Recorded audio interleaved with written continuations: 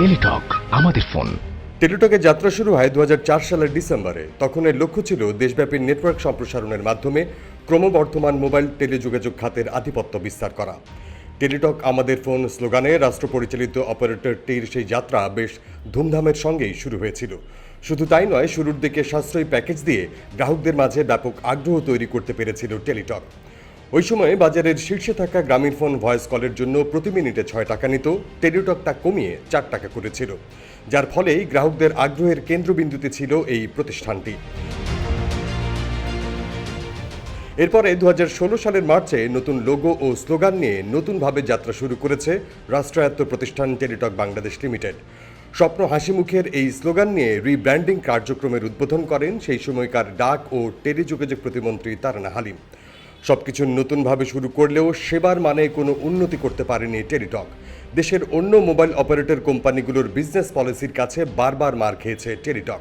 এর পেছনে সীমাহীন লুটপাট আর দুর্নীতিকে দায়ী করছেন বিশেষজ্ঞরা। গত 15 বছরে রাষ্ট্রায়ত্ত মোবাইল অপারেটর টেলিটকে শুধু লুটপাটই করা হয়েছে 1000 কোটি টাকার উপরে। প্রতিষ্ঠানটিতে যারাই দায়িত্ব নিয়ে এসেছেন তারাই অংশ নিয়েছেন লুটপাটে, যার কারণে রাষ্ট্রের প্রত্যক্ষ সহযোগিতা থাকলেও কখনো উঠে দাঁড়াতে পারেনি টেলিটক, বরং দিন গড়ানোর সঙ্গে সঙ্গে আরও মুখ থুবড়ে পড়েছে প্রতিষ্ঠানটি। দেশের বেসরকারি মোবাইল অপারেটরদের গ্রাহক সংখ্যা দিন দিন বাড়লেও উল্টো চিত্র টেলিটকে। এর প্রধান কারণ টেলিটকের গ্রাহক সেবার মান। টেলিটকের গ্রাহক সেবার মান নিয়ে রয়েছে বিস্তর প্রশ্ন। অথচ টেলিটক নানাভাবে সরকারের কাছ থেকে সুবিধা পেলেও ডিজিটাল দুর্নীতিতে মজে আছে শুরু থেকেই। অবস্থা এমন পর্যায়ে গেছে 2004 সালের প্রতিষ্ঠার পর থেকে গত 17 বছরে টেলিটক এখন পর্যন্ত 1500 কোটি টাকার বেশি লোকসান গুনেছে। আর গত কয়েক বছরেই টেলিটক লোকসান করেছে 993 কোটি টাকা। কেনাকাটা থেকে শুরু করে নিয়োগ, পছন্দের কোম্পানিকে কাজ দেয়া, পুরনো পদ্ধতির এসব লুটপাট তো রয়েছেই, সেই সঙ্গে যোগ হয়েছে নির্দিষ্ট কোম্পানির কাছ থেকে হাজার হাজার কোটি টাকার যন্ত্রপাতি আমদানি কমিশন ও বিটিএস স্থাপনে বাড়ি ভাড়ার অনিয়ম। কাগজে কলমে কেনা হয়েছে কিন্তু বাস্তবে নেই। স্ক্র্যাচ কার্ড এবং ক্যাশ কার্ডের হিসাবে এমন কোটি কোটি গরমিলের প্রমাণ মিলেছে। প্রতিষ্ঠার শুরু থেকেই যতটা না সেবা দিতে পেরেছে তার চেয়ে বেশি সমালোচনার মুখে পড়েছে এই সরকারি অপারেটর কোম্পানিটি। দুর্নীতি ও অব্যবস্থাপনা নিয়ে অভিযোগের আঙুল এই অপারেটরের দিকে। প্রতিষ্ঠানটির বেশিরভাগ কর্মকর্তার বিরুদ্ধে দুর্নীতির অভিযোগে মামলা হয়েছে। সেসব মামলার কোনোটা আদালতে বিচারাধীন অথবা কোনোটা দুর্নীতি দমন কমিশনের অধীনে তদন্তাধীন। বিল জেনারেটর করে কোটি কোটি টাকা নিজেদের অ্যাকাউন্টে জমা দেওয়ার মতো অভিনব ঘটনা বাংলাদেশ টেলিটকই প্রথম দেখিয়েছে। 2010 সালের ডিসেম্বর থেকে বেশ কিছুদিন পর্যন্ত টেলিটকের কয়েকজন কর্মকর্তা মিলে কয়েক হাজার গ্রাহককে প্রতি মাসে 300 টাকা নিয়ে তাদের অবিরাম কথা বলার সুযোগ করে দেন। এতে টেলিটক কর্তৃপক্ষের কোনো অনুমোদন ছিল না। এর মাধ্যমে অন্তত 16 কোটি টাকার ক্ষতি হয়।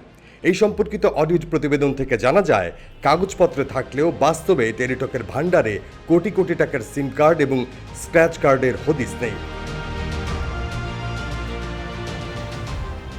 এদিকে ডিলার হাউসের সেলস রিপ্রেজেন্টেটিভ, সুপারভাইজার এবং ব্র্যান্ড প্রমোটারদের বেতন বাবদ কম্পেনসেশন 2022 সালের জানুয়ারি মাস থেকে 2024 সালের চলতি মাস পর্যন্ত সকল বকেয়া 13 কোটি টাকা অবিলম্বে পরিশোধ করা সহ 14 দফা দাবি জানিয়েছে টেলিটক ডিলার্স অ্যাসোসিয়েশন বাংলাদেশ।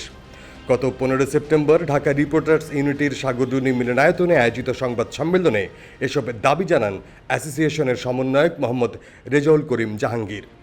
বিশেষজ্ঞরা বলছেন, টেলিটকের এমন কোনো প্রকল্প নেই যেখানে অনিয়ম আর দুর্নীতি হয়নি, বরং দুর্নীতি করার জন্যই টেলিটকের নানা ধরনের প্রকল্প নেওয়া হয়েছে।